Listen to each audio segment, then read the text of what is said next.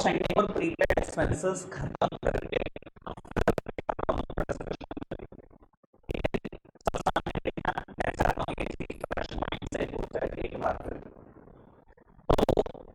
सबसे पहले तो मैंने आपसे बात करी थी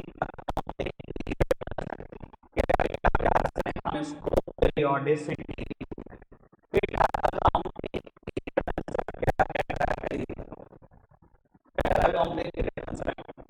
accounts will prepare for a specific period of time and that specific period of time is financial year.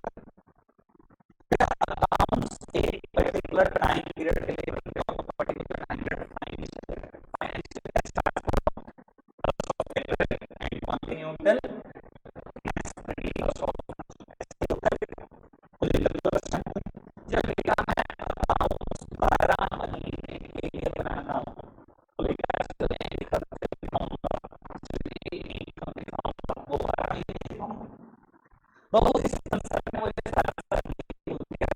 अगर कोई एक्सपेंस हुआ है चाहे आपने पे नहीं किया आपको तब भी रिकॉर्ड करूंगा। कोई इनकम हुई है चाहे मुझे अभी मिली नहीं है मैं तब भी रिकॉर्ड करूंगा। 12 महीने के खर्चे रिकॉर्ड करूंगा।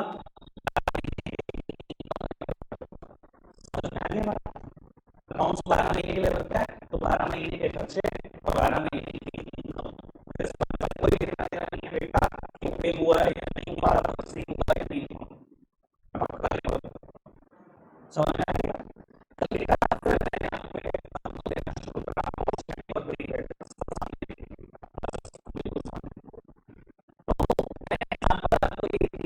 मैंने एक एम्प्लॉय को रखा अपने पास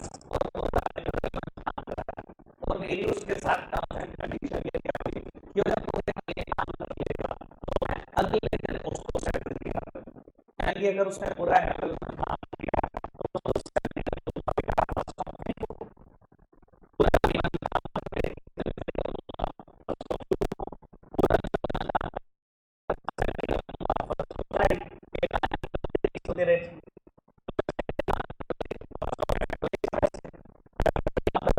फर्स्ट ऑफ मार्च को लेकर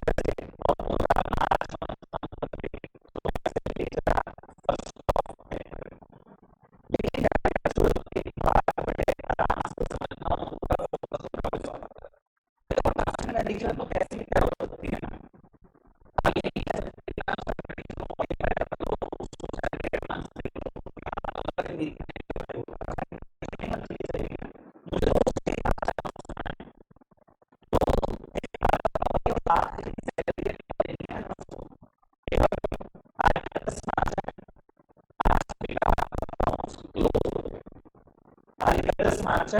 आज अकाउंट्स क्लोज हो रहे हैं अकाउंट्स बंद करने हैं ये फाइनेंशियल ईयर का बिल्कुल खत्म है।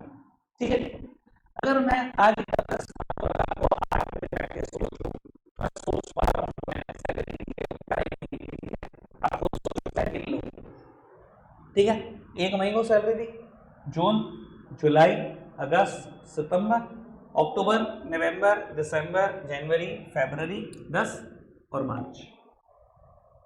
क्या मैंने जो उसको सैलरी दी यहां से लेकर यहां तक उठाकर देख लो 11 ही महीने की दी और आज मैं अकाउंट्स बंद कर रहा हूं और ये सैलरी कब देनी है मैंने अभी तो कल सुबह देनी है आज 31 मार्च रात को 8 बजे सुबह देनी है सैलरी तो क्या ये सैलरी रिकॉर्ड नहीं होगी। पहले एक बार बताओ मैंने काम ले लिया कि नहीं लिया उससे पूरे महीने काम ले लिया काम कितने महीने लिया पूरे 12 महीने लिया खर्चा कितने महीने दिखाना चाहिए पूरे 12 महीने पर बेटा अगर मैं ये सैलरी ना रिकॉर्ड करूं अकाउंट्स में तो सैलरी सिर्फ 11 ही महीने की रिकॉर्ड होगी।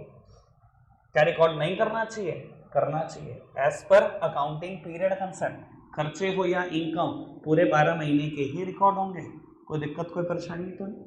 बाबू ये जो 11 महीने की सैलरी पे हुई मुझे ये बता दो इसका ट्रीटमेंट क्या होना चाहिए अकाउंटिंग इक्वेशन में। मान लो इसकी सैलरी है 9,000 रुपये महीना 11 महीने में मैंने 99,000 की सैलरी पे की होगी अकाउंटिंग इक्वेशन में ट्रीटमेंट बताओ। जब सैलरी पे की होगी क्या कैश में से माइनस किया होगा 99,000 आते सामने देखो क्या बेटा कैश में से माइनस किया होगा 99,000 चले गए क्या बेटा कैपिटल में से भी माइनस किया होगा क्योंकि एक्सपेंसेस हैं इम्पैक्ट डालते हैं प्रॉफिट पर और प्रॉफिट इम्पैक्ट डालता है कैपिटल पर। क्या मैंने ये दोनों कर दिया होगा ट्रीटमेंट? मुझे बताओ, कोई दिक्कत कोई परेशानी तो नहीं किसी भी बच्चे को इस बात में? पक्का से क्लियर? बढ़ाऊं बात को आगे? बाबू मैंने उसको 11 महीने की सैलरी दे दी, अकाउंटिंग इक्वेशन में रिकॉर्ड कर दिया। बाबू क्या करूं जो मैंने 1 महीने की सैलरी नहीं दी? बेटा 31 मार्च को मैं उसको रिकॉर्ड करूंगा आउटस्टैंडिंग सैलरी, या कह लो आउटस्टैंडिंग एक्सपेंस। बेटा आउटस्टैंडिंग क्या होता है? एक्सपेंसेस, बोलो, incurred but not yet paid. वो खर्चे जो हो चुके हैं बस पे नहीं हुए। भैया खर्चा तो हो चुका है ना, 1 तारीख से लेकर 31 मार्च तक काम ले लिया आपने, खर्चा हो चुका है, बस आपने दिया ही तो नहीं है। बाबू मैंने इसको आउटस्टैंडिंग रिकॉर्ड करा और मैं पूछता हूं आउटस्टैंडिंग का अकाउंटिंग ट्रीटमेंट क्या होना चाहिए? क्या करूं अकाउंटिंग इक्वेशन में कि आउटस्टैंडिंग रिकॉर्ड हो सके? बाबू 2 काम, 2 ही इंपैक्ट है। बाबू सबसे पहला काम करो, कैपिटल में से माइनस कर दो, और दूसरा काम करो लायबिलिटी में एक अलग हेड क्रिएट करो, आउटस्टैंडिंग सैलरी का, उसमें ऐड कर दो। मेरे प्यारे बच्चे कहेंगे भैया ये तो बात समझ में आ गई कि आउटस्टैंडिंग सैलरी लायबिलिटी में ऐड होनी चाहिए। भैया अगर मैंने पे नहीं किया और काम करा लिया पूरा महीना, आपको नहीं लगता कि मेरी एक सिर की दर्दी खड़ी हो गई है? आज नहीं तो कल पैसा तो देना ही है, मेरा तो सर का दर्द है ये पैसे देने उस आदमी को 9,000 रुपए। बाबू बच्चे सब मानते हैं कि लाइब्रेरी में बिल्कुल ओके है, बच्चा हमेशा परेशान होता है कैपिटल में से माइनस क्यों हो गया। और मैं वही बात क्लियर करने जा रहा हूं, एक बार फिर समझ लो। बाबू जब मैंने 11 महीने की सैलरी रिकॉर्ड करी तो बेटा 11 महीने की ही सैलरी को तो कैपिटल में से माइनस किया। अगर मैं सिर्फ कैपिटल में से 11 ही महीने की सैलरी माइनस हुए रहने दूं और 1 महीने का कुछ ना करूं, तो ये तो वही बात होगी कि 11 महीने के ही खर्चे रिकॉर्ड हुए, 12 महीने के तो फिर खर्चे नहीं रिकॉर्ड हुए ना। लेकिन as per accounting period concept कोई भी एक्सपेंस रिकॉर्ड होगा या इनकम रिकॉर्ड होगी वो 12 महीने की होगी। तो 12वें महीने की बेटा जो सैलरी आपने पे नहीं करी, चाहे पे नहीं करी, तब भी माइनस कर दो प्रॉफिट में से, क्योंकि आज नहीं तो कल आप पे कर ही दोगे। तो बाबू ऑन दैट लॉजिक मैंने कैपिटल में से 12 मंथ की सैलरी भी माइनस कर दी ताकि खर्चा पूरे 12 महीने का रिकॉर्ड हो सके। कोई दिक्कत कोई परेशानी तो नहीं? समझ में आती है बात? एक बात हमेशा ध्यान रखना बेटा, कभी भी देखो, अभी मैं 11 महीने का अलग और 1 महीने का अलग सोचने को कह रहा हूं, बहुत अच्छे से बच्चे डाइजेस्ट कर लेते हैं। मैं हमेशा बच्चे को प्रॉब्लम फेस करते हुए देखता हूं जब सीधा क्वेश्चन कहता है आउटस्टैंडिंग सैलरी 5,000, फिर उसके दिमाग में तो आता है लाइबिलिटी है, पे नहीं करी, लाइबिलिटी में दिखाओ, दूसरा ट्रीटमेंट भूल रहा होता है वो। बाबू हमेशा समझ के चलना, जब भी आउटस्टैंडिंग किसी भी वर्ड के साथ आ जाए तो हमेशा सोच के चलना 11 का पे चुका, 1 रह चुका। मैं भी बता रहा हूं आपको, बहुत सारी जगह पे देखने को मिलेगा, हमेशा सोचना 11 का पे चुका, 1 का रह चुका। अगर 1 का रह चुका है दिखाना तो पड़ेगा ही ना भैया, तो उसको कैपिटल में से माइनस कर देंगे। कोई दिक्कत कोई परेशानी तो नहीं? क्या मैं क्लियर हूं इस बात को लेकर? आउटस्टैंडिंग क्या चीज है? मैंने ट्रीटमेंट कल ही लिखवा दिया था, कैपिटल में से माइनस, और बेटा लाइबिलिटी में एक अलग हेड क्रिएट करेंगे आउटस्टैंडिंग, उसमें प्लस। क्लियर बात? प्रणीत बात समझ आई? अनुज, युवराज, वृंदा, आपको मान के चलो सबको क्लियर है? मैंने 3-4 से पूछ लिया, बढ़ जाए आगे, चलो फिर देखते हैं। बाबू फिर मैंने आपसे बात चर्चा शुरू करी थी प्रीपेड एक्सपेंसेस की भी, ठीक है जी, प्रीपेड एक्सपेंसेस पे भी चर्चा कर लेते हैं। प्रीपेड मतलब प्रीपेड, पेड इन एडवांस। बाबू अब आप ये नहीं कह सकते कि नहीं नहीं जब साल 12 महीने का है तो खर्चा 12 महीने का ही करना। बाबू क्या हो गया खर्चा 13 महीने का कर दिया? तो आप ये सोचो हमने अकाउंट सीखना है, एडजस्टमेंट सीखनी है, क्योंकि रियल लाइफ में बेटा ऐसा नहीं हो सकता कि आपको जो 12 महीने का बस नेक टू नेक चलो, 12 ही महीने चलो। बाबू कोई ऐसा भी तो पर्सन हो सकता है जिसके साथ आपकी ट्यूनिंग अच्छी है और वो आपसे चाहता है कुछ एडवांस पे कर दो, और आप कर भी देते हो, किसी की मदद तो कर ही सकते हो, बस अकाउंट्स में एडजस्टमेंट सीखनी है। मैंने कल एक एग्जांपल दिया था आपको, रेंट पेड फॉर 13 मंथ्स, कुछ भी समझ लो, 1,30,000। बाबू ये जो जगह है मैं इस्तेमाल कर रहा हूँ, मैंने 13 महीने का रेंट दे दिया और 13 महीने में मैंने रेंट दिया 1,30,000। क्या मैं 1 महीने का रेंट कैलकुलेट कर सकता हूँ? पहले तो यही सोच लो, निकाल सकता हूँ 1 महीने का रेंट। कितना 1 महीने का रेंट? 10,000 रुपये। So simple. बाबू 12 महीने का तो मुझे पे करना ही था, एक फाइनेंशियल ईयर का तो मुझे पे करना ही था, पर बेटा जब 12th मंथ चल रहा था तो मेरे लैंडलॉर्ड ने कहा मुझे कुछ एडवांस की जरूरत है, आप एक महीने का रेंट एडवांस दे सकते हो क्या? मैंने कहा जी नो प्रॉब्लम, मैंने तो अगले महीने भी देने हैं, आप अभी ले लो। मैंने उनको एडवांस दे दिया। अब बात ये उठती है बेटा अकाउंट्स में क्या क्या ये एक महीने का रेंट मैं एडवांस पे कर चुका हूं? क्या इसी को बोलते हैं प्रीपेड? बेटा इसी को हम अकाउंट्स की भाषा में प्रीपेड बोलते हैं, that means paid in advance. अब मुझे एक बात बताओ, ये जो 12 महीने का रेंट पे होना था 1,20,000, इसका क्या करते हैं आप अकाउंटिंग इक्वेशन में? पहले 12 महीने का, 13वें महीने में अपने आप सोचवा दूंगा। 12 महीने का क्या, फटाफट बताओ। कैश में से माइनस और कैपिटल में से माइनस। भैया एक्सपेंस है, प्रॉफिट पे इंपैक्ट डालता है और प्रॉफिट कैपिटल पर, तो बाबू जेब से पैसे भी गए हैं और बाबू एक्सपेंस भी है जो प्रॉफिट पे इंपैक्ट डालेगा, इसलिए मैंने कैपिटल भी माइनस कर दिया। बाबू अब क्या, जब आपने 13 महीने का रेंट 13वें महीने का रेंट पे कर दिया, अब क्या करो? बाबू पे कर दिया ना, पे तो कर दिया बेटा, कैश तो बिजनेस से कम हो गया। बंदा आया, बंदा कहता है रेंट की जरूरत है, मैंने गल्ला खोला, पैसे निकाले, दे दिए, कैश तो गया। अब कोई बच्चा ये ना कहे कि भैया कैपिटल में से माइनस कर दो। देखो अगर आप ये कह रहे हो ना कैपिटल में से माइनस कर दो, तो आप अकाउंटिंग पीरियड कंसेप्ट को जान ही नहीं पाए। अकाउंटिंग पीरियड कंसेप्ट कहता है अच्छा 12 महीने का दिखाना है, भैया 12 महीने का तो मैं पहले ही पे कर चुका हूं इसमें, तो कैपिटल में से तो माइनस होने का मतलब ही नहीं रह गया। ये बात तो समझो, 12 महीने का तो पहले ही दिखा चुका हूं मैं। तो बाबू क्या करूं फिर दूसरा ट्रीटमेंट? बेटा एक एसेट्स क्रिएट कर लो और एसेट्स का नाम है प्रीपेड रेंट। अगर मैंने कोई चीज एडवांस में पे कर भी दी है, उसका बेनिफिट मुझे नियर फ्यूचर मिलने वाला है, और हर वो चीज जिसका बेनिफिट मुझे नियर फ्यूचर मिलने वाला है वो मेरे लिए करंट एसेट्स हो जाती थी। खैर फिलहाल मेरा मुद्दा करंट नॉन करंट पर नया होकर एसेट्स पर है। तो बाबू ये तो पता है ना कि इसका बेनिफिट मिलेगा, और अगर कोई किसी चीज का बेनिफिट मिलेगा फ्यूचर में तो बेटा वो मेरे लिए एसेट्स ही है। आपको नहीं लगता बेनिफिट मिलेगा? अगले महीने मुझे 1 रुपया नहीं पे करना पड़ेगा और लैंडलॉर्ड मुझे अपनी जगह देगा इस्तेमाल करने के लिए, बेनिफिट मिलेगा ना अगले महीने? पक्का मिलेगा ना? तो बेनिफिट मिलने वाला है बेटा, एसेट्स है। मैंने एसेट्स क्रिएट कर दी प्रीपेड रेंट, कैश में से माइनस, प्रीपेड रेंट में प्लस। क्या मैं क्लियर हूं अब इस बात को लेकर? बिल्कुल। उज्जवल बात समझ में आई आपको? देव आपको बात समझ में आई? पीयूष क्लियर है बात आपको? गौरी बढ़ाएं बात को आगे? बाबू मैं स्क्रीन पर अब आपके पास इलस्ट्रेशन नंबर 6 लेकर आ रहा हूं। टाइम बहुत कम दूंगा, टाइम दूंगा 10-12 मिनट, वो हमें फिनिश करना है, ठीक है? या इलस्ट्रेशन 6 से भी पहले मैं 5 क्वेश्चन की प्रॉब्लम लेकर स्क्रीन पर लेकर आता हूं। लो प्यारे बच्चों सामने देखना।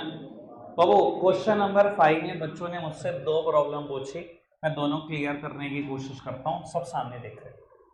तो सबसे पहले पॉइंट नंबर सी पढ़ो एक बार फिर से। कहता है sold goods on credit to Manish costing 17,500 और 20,000। बेटा उधार पर गुड्स बेचा है 17,500 कॉस्ट है, और मैंने बेचा है 20,000 रुपए में। मीटर देखना बाबू, अभी ना थोड़े दिन पहले तक, सिर्फ 2 दिन पहले तक मैं पता है कैसे क्वेश्चन करा रहा था, सोल्ड गुड्स फॉर 20,000। इसका मतलब पता क्या होता था? देखो इंपैक्ट सब बता देंगे, स्टॉक गया, कैश आ गया बाबू, लेकिन इसका मतलब पता क्या होता था? 20,000 का गुड्स 20,000 में बेच दिया। भाई ईमानदारी से बताना, दुकान में कभी ऐसा होता है 20,000 की चीज खरीद कर ले गया 20 में बेच दी? नहीं होता। ऐसा ही होता है ना कि 17,500 की चीज खरीदी और 20 में बेच दी, ये एक्चुअल रियलिटी है, ठीक है ना जी? बाबू अगर मैं कोई चीज 17,500 की खरीद के लाया और 20 में बेच रहा हूं, अब ट्रीटमेंट आपको जानना, और उधार बेच रहा हूं बाबू, जब मैंने बेची उधार में, डेटर आ गए 20,000 के, गुड्स चला गया मेरे पास से 17,500, स्टॉक कम होगा 17,500 से, डेटर आएंगे 20,000 से। इस ट्रांजैक्शन की वजह से मुझे प्रॉफिट हुआ 2,500 का, और 2,500 जुड़ जाएंगे प्रॉफिट, मतलब प्रॉफिट में, और profit itself included in the capital, तो कैपिटल में 2,500 जुड़ जाएंगे। कोई दिक्कत तो नहीं? काम की बात बाबू, ये ट्रांजैक्शन चली रही थी कि बेटा एफ नंबर की ट्रांजैक्शन आ गई। कहता है कैश रिसीव्ड फ्रॉम मनीष 20,000। बाबू यानी कि वो डेटर जिसको मैंने उधार पर गुड्स बेचा था, कहता है उससे कैश रिसीव हो गया। ये नई ट्रांजैक्शन थी, बच्चों ने प्रॉब्लम पूछी, पर बाबू कई इतने खिलाड़ी थे, किसी ने प्रॉब्लम ही नहीं पूछी, कईयों ने नहीं पूछी। अरे कुछ है अभी इसमें, क्या है इसमें? एक बात बताओ, अगर डेटर से कैश आ गया है तो समझदार बनो, पहली बात तो कैश आ गया, कैश आपने प्लस कर दिया होगा, बढ़ा दिया होगा। और बाबू अगर डेटर से आ गए हैं तो बाबू डेटर आपने माइनस कर दिए होंगे, डेटर बुक से खत्म, पैसे आ गए, डेटर में माइनस, कैश में प्लस। और बताओ किसी ने कुछ पूछना है तो। Second one, purchase goods from Rohit 50,000, creditor है। अच्छा नहीं लिखा हुआ, अब मैं काम की बात कर लेता हूँ, बढ़िया ये बात आ गई। इधर देखना, सब मेरी तरफ, सब मेरी तरफ देखें। बाबू ये बात अभी केशव ने मुझसे पूछी, सेकंड ट्रांजैक्शन वाली, मैंने ये टर्म क्लियर करनी है सबको। देखो बेटा, आपके पास जब जब गुड्स परचेज होगा ऐसी ऐसी स्टेटमेंट आएगी, purchase goods for cash, purchase goods from Rohit for cash, और बेटा purchase goods from Rohit. Same बात सेल्स में भी हो सकती है, सब सामने देखना प्लीज, ये बात बहुत काम की है। बाबू जब भी गुड्स खरीदूंगा या बेचूंगा, चार तरीके की स्टेटमेंट देखने को मिलेंगी, जैसे मैंने लिखी, या तो लिखा होगा सिर्फ परचेज गुड्स, या लिखा होगा परचेज गुड्स फॉर कैश, या लिखा होगा purchase goods from Rohit for cash, या लिखा होगा परचेज गुड्स फ्रॉम रोहित। बाबू नो डाउट, अगर परचेज गुड्स कह रहा है कुछ नहीं कहा तो नगद ही खरीदा, और अगर उसने कह दिया परचेज गुड्स फॉर कैश फिर तो नगद खरीदा ही है, और अगर उसने कह दिया purchase goods from Rohit for cash वो तो नगद है ही है, और अगर ये कह दे परचेज गुड्स फ्रॉम रोहित, हमेशा ध्यान रखना, अगर ये लिखा है ना, किसी के नाम लिखा है, किसी के नाम से खरीदा है गुड्स, हमेशा उधार है जब तक उसके आगे फॉर कैश ना लिखा जाए। सेम बात बेचते टाइम भी है, सोल्ड गुड्स ये तो कैश ही है, सोल्ड गुड्स फॉर कैश ये तो कैश ही है, sold goods to Manish for cash ये तो कैश है ही है, सोल्ड गुड्स टू मनीष ये उधार है। परचेज और सेल करते टाइम जब भी किसी का नाम आएगा तो हमेशा ध्यान रखना ये ट्रांजैक्शन हमेशा उधार है, ठीक है जी। उज्जवल भाई खड़े होना 1 मिनट, और मिस्टी आप खड़े होना 1 मिनट, खड़े हो पहले, खड़े हो जाओ। मैंने क्या बताया अभी? हाँ क्या?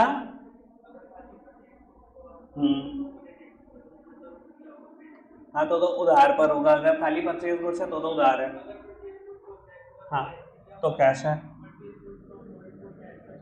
हाँ हाँ तो पहला और चौथा क्रेडिट पे, बाकी दोनों कैश है ना, यही बताया ना मिस्टी, क्या बताया मैंने? हाँ खड़े हो जाओ क्योंकि तुम्हें लिखने से फुर्सत नहीं है भैया, मैं लिख दूंगा तुम्हारी कॉपी में। हाँ बताना क्या बता रहा था मैं?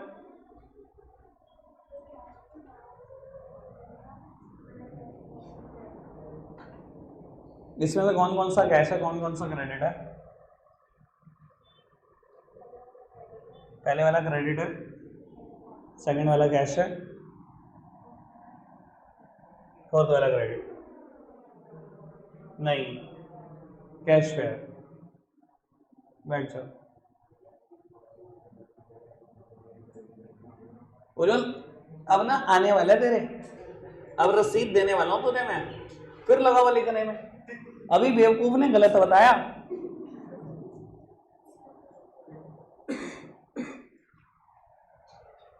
इधर देख सामने, अगर लिखा है परचेज गुड्स, सिर्फ इतना लिखा है, ये कैश में खरीदा है। अगर लिखा है परचेज गुड्स फॉर कैश, ये तो कहने की बात ही नहीं है, तो कैश है ही है। लिखा है purchase goods from Rohit for cash, ये भी कहने की बात नहीं है, तो कैश है ही है। अगर लिखा है परचेज गुड्स फ्रॉम, किसी का भी नाम है, किसी का भी, सर हमेशा उधार है। सेम बात सेल्स के लिए, सेल्स सोल्ड गुड्स हमेशा कैश है, सोल्ड गुड्स फॉर कैश वो तो है ही cash, sold goods to Manish for cash ये तो है ही cash, sold goods to Manish किसी का भी नाम लिखा है हमेशा उधार है। शुरू की 3 बातें कैश हैं। अगर अब लिखने की जल्दी करी ना तुमने, अभी मैं लिख दूंगा भाई सब मुंह पे। लो सामने देखना बेटा इलस्ट्रेशन नंबर 5 तक हम कर चुके थे, इलस्ट्रेशन नंबर 6 6 ही ट्रांजैक्शन है, पहले रीड करेंगे, इतनी क्या आफत है करने की, रीड कर लो। कहता है स्टार्टेड बिजनेस विद कैश। अरे भैया ये तो ट्रांजैक्शन का नाम भी ना लिया करो, ये पढ़ो, पेड रेंट इन एडवांस। ये कौन सा रेंट है? प्रीपेड, प्रीपेड एक्सपेंस या प्रीपेड रेंट ही ना बोल ले, अब तो एक्सपेंस का नाम ही पता है, यही ना बोल ले प्रीपेड रेंट है। बाबू अगर प्रीपेड रेंट है 3000 रुपए, what should be the treatment? Prepaid पे किया है भी एडवांस, कैश में से माइनस एसेट्स क्रिएट कर देना, प्रीपेड रेंट 3000 रुपए प्लस। कोई दिक्कत कोई परेशानी तो नहीं, आगे बढ़ो।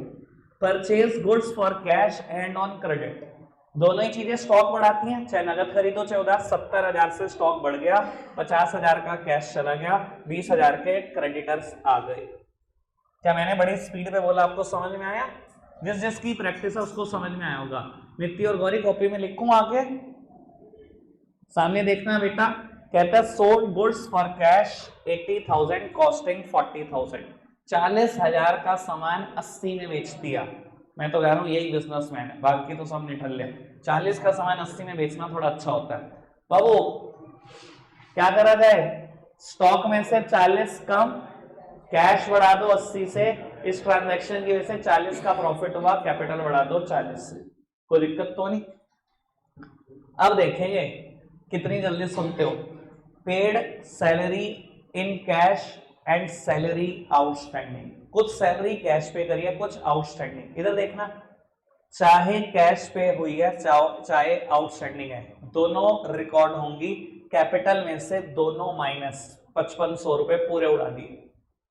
बाबू कैश वाली कैश में से भी माइनस, कैश में से माइनस हो जाएंगे 4500, और जो आउटस्टैंडिंग है, सिर का दर्द है मेरे, लायबिलिटी रिकॉर्ड हो जाएगी 1000 रुपए। जिसको इकट्ठे समझ नहीं आया अलग अलग कर दो, जल्दी नहीं है। 4500 कैश पे किया, कैश में से भी माइनस, कैपिटल में से भी माइनस, 1000 आउटस्टैंडिंग है, सिरदर्दी है। पहली बात लायबिलिटी है, दूसरी बात कैपिटल में से तो माइनस करोगे ना, ये 11 महीने की सैलरी 1 महीने की है, रिकॉर्ड तो करनी है ना ये भी, तो ये कैपिटल में से माइनस होगी।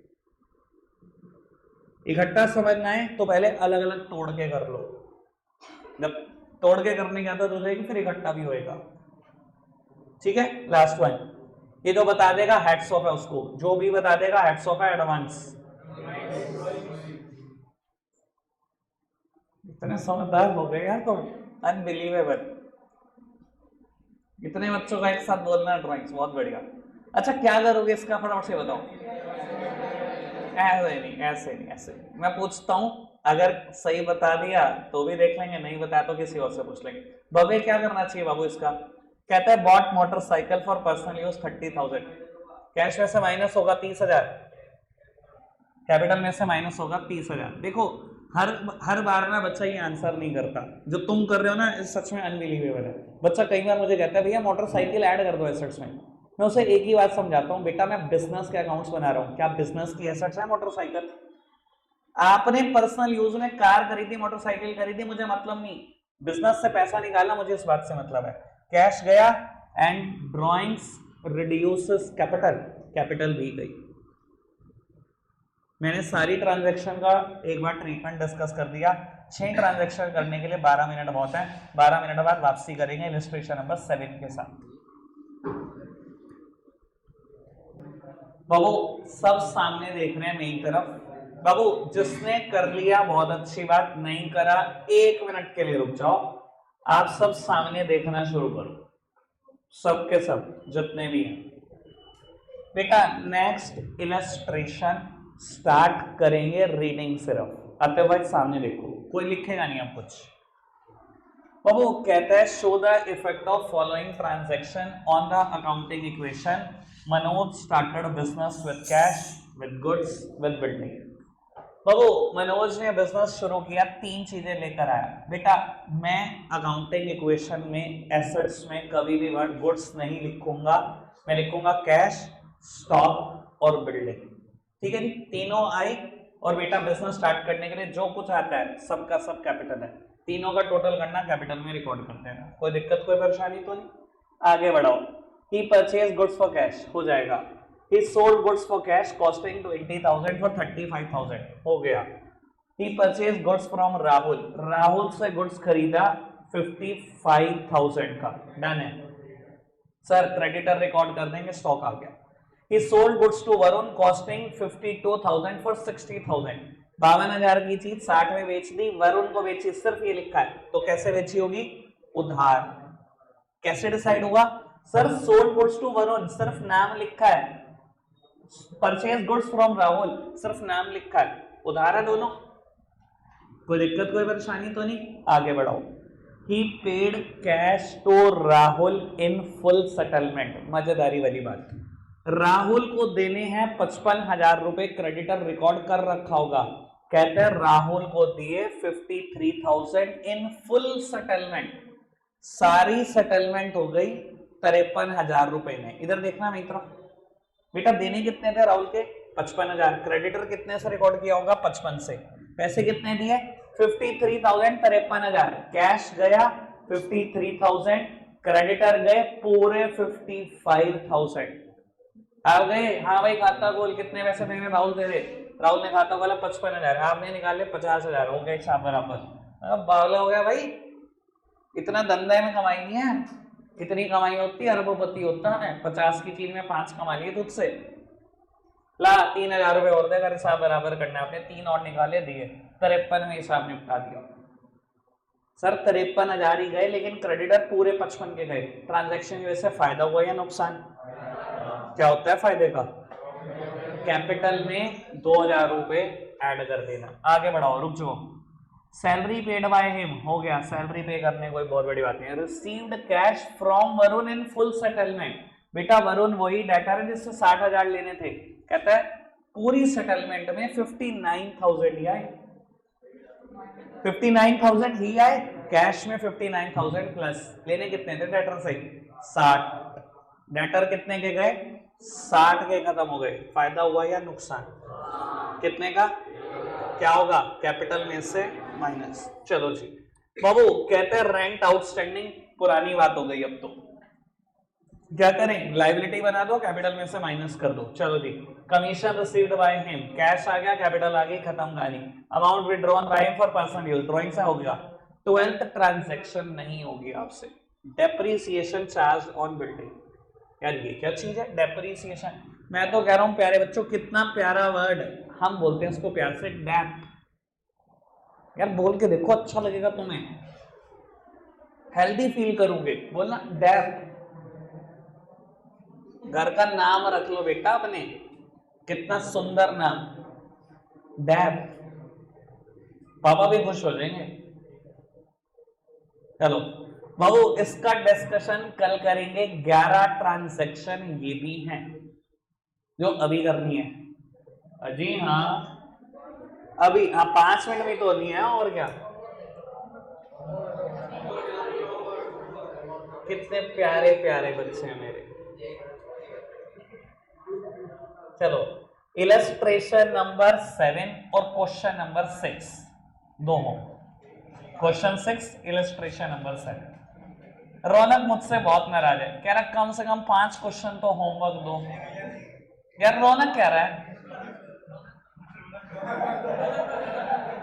रौनक यार नाराज होगा क्या तुम इससे?